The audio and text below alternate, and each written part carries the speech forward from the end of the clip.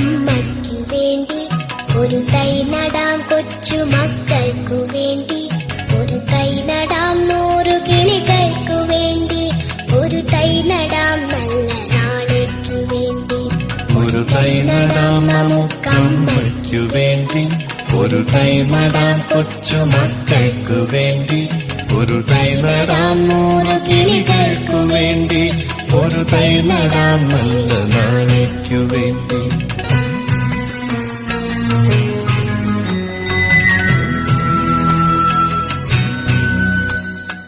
ഇത് പ്രാണവായുവിനായി നടുന്നു, ഇത് മഴയ്ക്കായി തൊഴുതു നടുന്നു. ഇത് പ്രാണവായുവിനായി നടുന്നു, ഇത് മഴയ്ക്കായി തൊഴുതു നടുന്നു. അഴകിനായി തണലിനായി തേൻ പഴങ്ങൾക്കായി ഒരു